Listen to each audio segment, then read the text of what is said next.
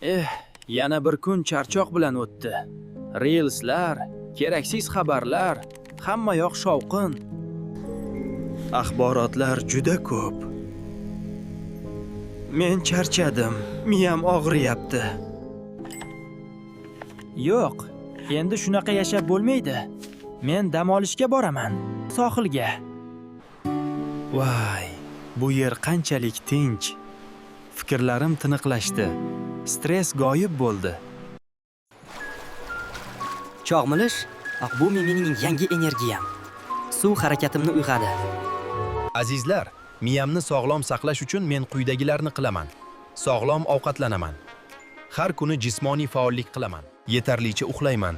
Stressdan uzoqlashaman. Telefon ustida ortiqcha vaqt sarflamayman. Ijobiy fikrdan foydalanaman. Sog'lom miya baxtli hayot.